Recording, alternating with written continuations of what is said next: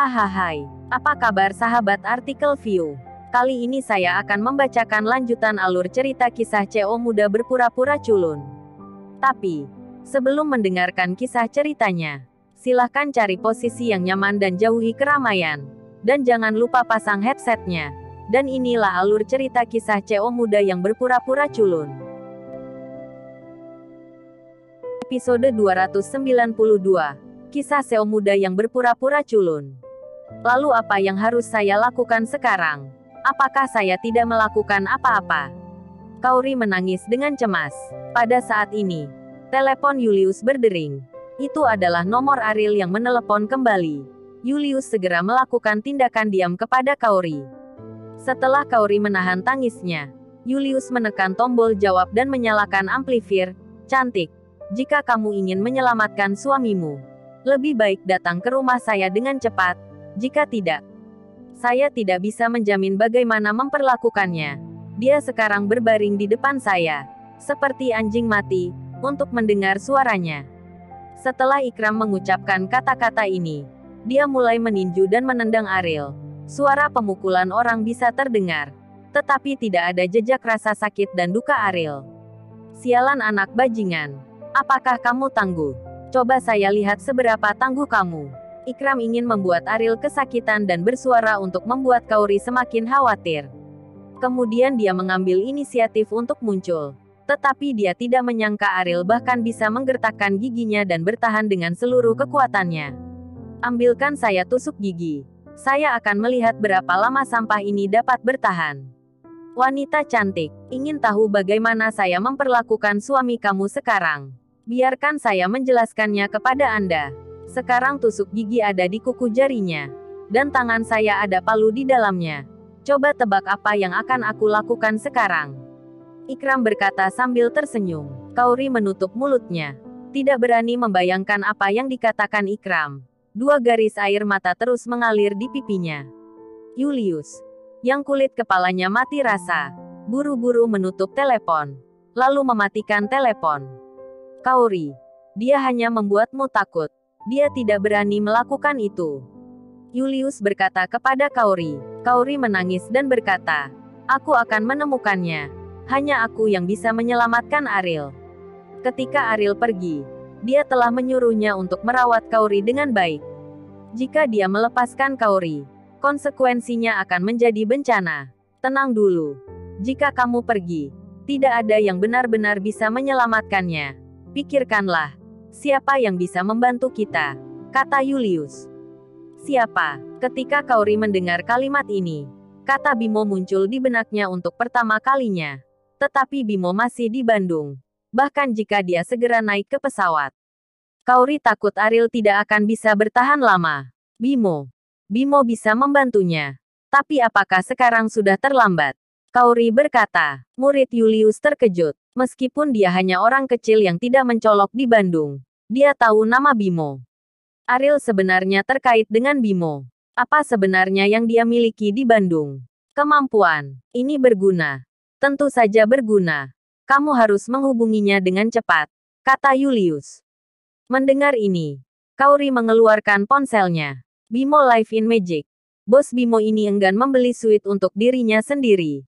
Jadi dia hanya beristirahat setelah larut malam. Ketika Kaori menelponnya, dia masih tidur. Saudara, mengapa kamu tidak beristirahat, ini masih pagi-pagi sekali? Bimo menjawab telepon. Saudara Bimo, sesuatu terjadi pada Ariel. Bisakah kamu membantunya? Kata Kaori. Bimo tiba-tiba duduk, bangun seketika, dan bertanya, apa yang terjadi? Kami berada di Pulau Bali. Kamu datang dulu, dan aku akan menjelaskan kepadamu ketika kamu datang, kata Kaori. Oke, adik, tolong jangan keluar. Tunggu sampai aku sampai di sana, kata Bimo. Setelah itu, Bimo memanggil Rian. Dan jika dia tidak membawa orang yang bisa bermain ini, masalahnya tidak akan mudah untuk diselesaikan. Bimo dan Rian, ketiganya bertemu di bandara, tepat pada waktunya untuk penerbangan ke Pulau Bali. Pada saat ini, di gudang anggur villa keluarga Chandra, Ikram menggertakkan giginya karena marah, yang tidak bisa menelepon. Sampah. Lihat wanita ini. Dia sama sekali tidak peduli dengan hidup atau matimu. Ikram berkata kepada Ariel. Ariel merasakan sakit yang menusuk di jarinya. Dan pakaiannya basah oleh keringat dingin. Dia tidak hanya membayar harga untuk percaya pada Randy Lu, tetapi juga terlalu percaya diri. Dia berpikir bahwa bahkan jika Ikram membuat segalanya menjadi sulit, dia akan melakukannya. Memiliki modal untuk meninggalkan villa. Dia berpikir bahwa Ikram telah mempersiapkan begitu banyak orang untuk berurusan dengannya.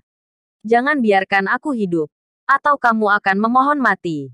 Ariel berkata dengan gigi terkatup.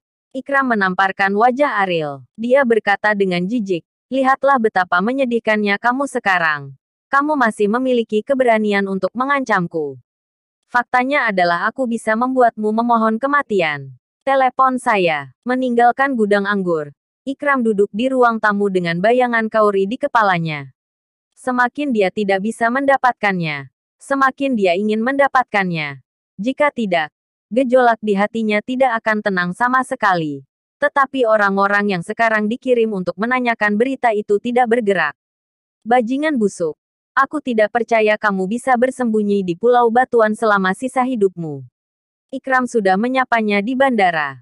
Selama Kauri muncul, dia akan ditahan.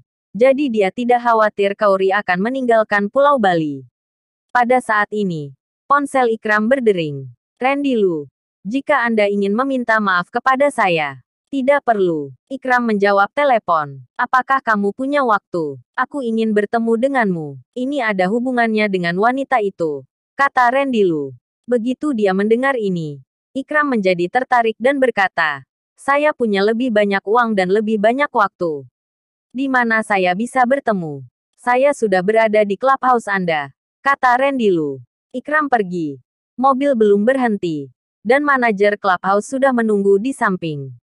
Tuan Ikram, mengapa Anda ada di sini hari ini? Kata manajer itu dengan hormat. Apakah ada barang bagus baru-baru ini? Hubungi saya dengan cepat. Aku senang ingin bertemu Randy Lu, kata Ikram. Ya, aku akan segera mengaturnya untukmu. Randy Lu menunggu lama di dalam ruangan sebelum Ikram muncul mengenakan piyama clubhouse. Jelas bahwa dia baru saja melakukan sesuatu. Jika kamu berani bermain denganku, jangan berpikir tentang pergi dari sini hari ini, kata Ikram dengan arogan. Di masa lalu, Chandra memintanya untuk tidak menyinggung Randy Lu. Tetapi sekarang kakeknya dan Randy Lu telah bermasalah. Dia tidak perlu khawatir. Aku tahu di mana dia, Randy Lu berkata. Ikram mengangkat alisnya dan berkata, jangan katakan padaku secara langsung. Miliki saja syaratnya. Katakan padaku, apa yang kamu inginkan?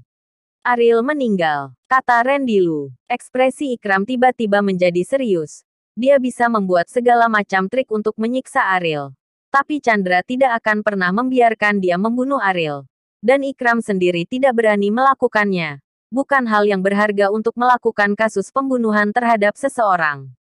Mengapa Anda bersikeras atas kematiannya? Apakah Anda masih memiliki dendam? Ikram bertanya dengan rasa ingin tahu. Kamu tidak perlu tahu ini. Dan aku bisa memberitahumu. Jika dia tidak mati, akan sangat berbahaya di masa depan. Dan jika dia membalas dendam, itu akan membawa Anda banyak masalah. Randy Lu berkata, menakutkanku. Apakah Anda pikir saya akan takut padanya? Ikram berkata dengan nada menghina. Dia bisa datang dengan 300 juta untuk menawar kalung abadi. Apakah menurutmu dia bisa menjadi orang kaya yang sederhana? Kata Randy Lu. Ini benar-benar tidak mudah. Dan Chandra juga mengatakan itu. Dan karena alasan inilah dia tidak berani membunuh Ariel dengan mudah. Dia tidak mudah. Jika aku membunuhnya, masalahnya akan lebih besar. Kata Ikram. Apakah kamu lupa di mana kamu tinggal? Kamu memiliki kapal pesiar sendiri. Ada kapal di laut untuk membantumu membuang mayat. Tuan muda yang bermartabat dari keluarga Chandra. Apakah kamu bahkan tidak memiliki keberanian? Kata Randy Lu agresif. Membunuh dan membongkar mayat. Ketika tubuh Ariel di perut hiu. Tidak mungkin bagi siapapun yang ingin menyelidiki masalah ini untuk mengetahuinya.